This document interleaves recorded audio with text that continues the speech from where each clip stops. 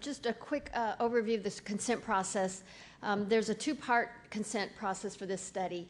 As Dr. Papa explained, there's a pre-screening or a screening, depending on whether the patient has progressed. So there will be two different consent forms, both a pre-screening version and a screening version that are basically the same except for describing the patient's status. So they will have to sign that consent to allow for the submission of the tissue and the registration of the patient. And as mentioned previously, it's possible that you may have to do a new fresh tumor biopsy if you don't have sufficient tissue. Then there is a second consent process after you get your substudy assignment. There will be a separate consent for each one of those sub-studies. There will be multiple consents that have to be approved, prior to the start. And then once they sign that consent, then you can register them, and then they'll be randomized to their targeted treatment. Now, because of the importance and the complexity of this study, there will be additional quality assurance than is usual for our regular studies. The number one thing is there'll be the mandatory training of key site personnel prior to the first patient registration. This training tonight fulfills that requirement, but there will be additional web-based training going forward. There may be additional training required as the study progresses, as we learn new things, as possible new sub-studies open up. We may have to have additional training that's required.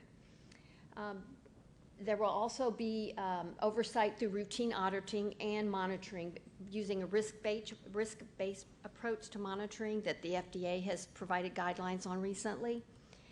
And we will be hiring a full-time monitor that will be dedicated totally to this study.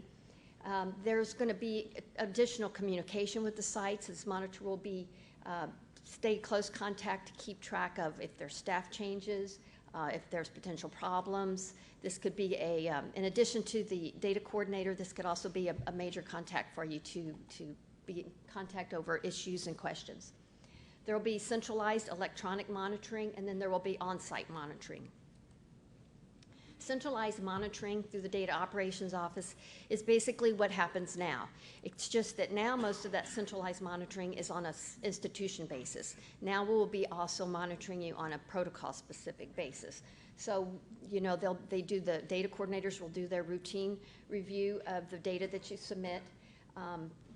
Some of the source documents that you have to submit routinely, like path reports and radiology and possibly lab reports, other types of documents that you submit, those will be reviewed. They'll be reviewing the IPR and other performance metrics to determine if they're having problems such as delinquent data at your site. Then there can be centralized monitoring done through the operations office. Some of the things that we can look at is monitoring of timeliness of your SAE reporting, also timeliness of data submission. We can verify specimen submission through the specimen tracking system. There will be additional review of drug accountability off-site in addition to what happens while we're on-site. And then there will be on-site monitoring. If you're doing industry studies, you may be having monitors come every 4 or 6 weeks. This won't be quite that frequent. We will have your first visit within 3 months of your first patient registration.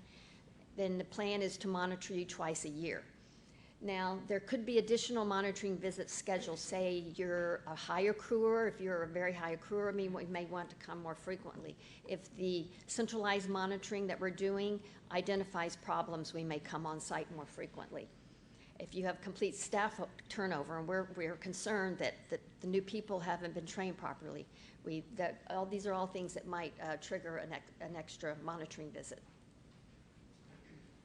Oops, I think I just went back too far. Monitoring visits could be combined with your routine audits. If we're already coming to your site, then we might as well, combine the 2 trips. We will do a monitoring report in the CTMB AIS, just like we do with your routine audit reports, and you'll get that report and have to respond with corrective action plans. We will also do a timely review of all monitoring reports to identify across the board if there are additional areas that we need to provide training for, if there's disciplinary action needed. And